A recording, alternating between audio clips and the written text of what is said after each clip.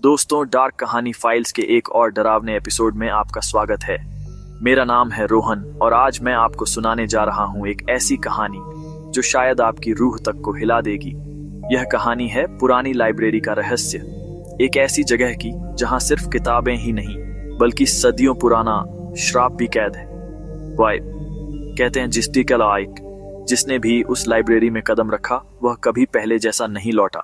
कहानी शुरू होती है उत्तर प्रदेश के एक छोटे कस्बे से। कस्बे के किनारे पर एक पुराना कॉलेज था जो अंग्रेजों के जमाने का बना हुआ था।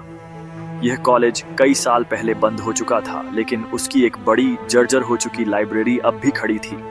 लोग कहते थे कि उस लाइब्रेरी से आधी रात को अजीब अजीब आवाजें आती हैं।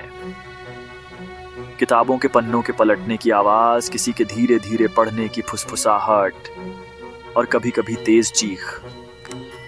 गांव वाले उस जगह को शापित लाइब्रेरी कहते थे, लेकिन सच को जानने की कोशिश किसी ने नहीं की।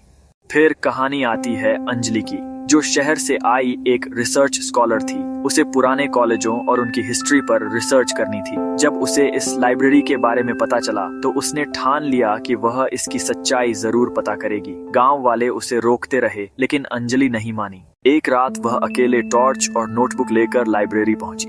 दरवाजा आधा टूटा हुआ था और जंग लगा हुआ ताला जमीन पर पड़ा था, जैसे किसी ने जबरदस्ती तोड़ा हो। अंजलि ने अंदर कदम रखा। अंदर की हवा बहुत ठंडी थी, जैसे वहां सालों से सूरज की किरणें न पहुंची हों। किताबों से भरी अलमारियां बिखरी पड़ी थी।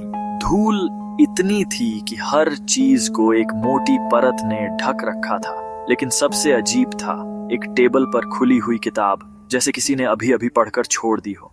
अंजलि धीरे से किताब के पास गई। उस किताब में पुराने कॉलेज का रजिस्टर था, जिसमें छात्रों के नाम, उनकी तस्वीरें और उनकी मौत की तारीखें लिखी थीं। हैरानी की बात यह थी कि उसमें कई छात्रों की मौत की तारीख बिल्कुल एक जैसी थी, 12 नवंबर 1943। अंजलि सोच में पड़ गई, इतने सारे छात्र एक ही दिन कैसे मर सकते थे। तभी अचानक उसे लगा कि पीछे से किसी ने धीरे से उसका नाम पुकारा, अंजलि। वह झटके से पीछे मुड़ी, लेकिन वहां कोई नहीं था, बस हवा की ठंडी लहर और हल्की फुसफुसाहट। वह किताब उठाकर बाहर निकलना चाहती थी, लेकिन अचानक पूरा दरवाजा जोर से बंद हो गया। अंजलि ने खींचा, धक्का दिया, लेकिन दरवाजा हिला तक नहीं। अब वह अंदर फंस चुकी थी। अचानक सभी किताबों के पन्ने अपने आप पलटने लगे। आवाज इतनी तेज थी कि पूरा हॉल गूंजने लगा। अंजलि ने देखा कि दीवारों पर साए उभरने लगे हैं। उन सायों में कॉलेज यूनिफॉर्म पहने लड़के लड़कियां दिखाई दे रहे थे। उनके चेहरे खाली थे, आंखें खोखली और चेहरों पर सिर्फ सन्नाटा। एक साया अंजलि के पास आया और फुसफुसाया, तुम्हें यहां नहीं आना चाहिए था। यह जगह शापित है।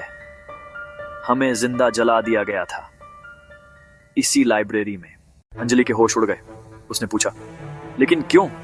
किसने किया यह सब? तभी अचानक सारी परछाइयां एक साथ चीखने लगीं। प्रिंसिपल ने, उसने हमारी आत्माओं को कैद कर लिया इस लाइब्रेरी में, ताकि कोई उसका राज न जान सके। अचानक कमरे का तापमान और गिर गया। अंजलि की सांसें तेज हो गईं। उसने बाहर निकलने के लिए खिड़की की ओर दौड़ लगाई, लेकिन खिड़की पर जैसे अदृश्य हाथों ने उसे पकड़ लिया। उसके कान में किसी ने फुसफुसाया, अब तुम भी यहीं रहोगी हमेशा के लिए। अंजलि चीख पड़ी। उसी समय उसकी टॉर्च जमीन पर गिरी और बंद हो गई।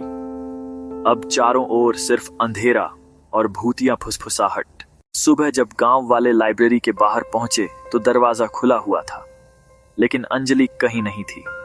बस वही पुराना रजिस्टर टेबल पर रखा था और उसमें एक नया नाम लिखा हुआ था, अंजलि वर्मा, मौत की तारीख आज भी कहते हैं कि अगर कोई उस लाइब्रेरी में जाता है तो किताबों के पन्नों के बीच से किसी लड़की की चीख सुनाई देती है। शायद वह अंजलि की चीख है, जो अब हमेशा के लिए वहीं कैद हो चुकी है। तो दोस्तों, यह थी आज की डरावनी और रहस्यमयी कहानी, पुरानी लाइब्रेरी का रहस्य। अगली बार फिर मिलेंगे एक नई कहानी, एक नए रहस्य और कुछ अनकहे डरावने सच के साथ। तब तक सोचते रहिए, क्या हर कहानी बस कहानी होती है, या कहीं वो आपके आसपास भी छिपी है?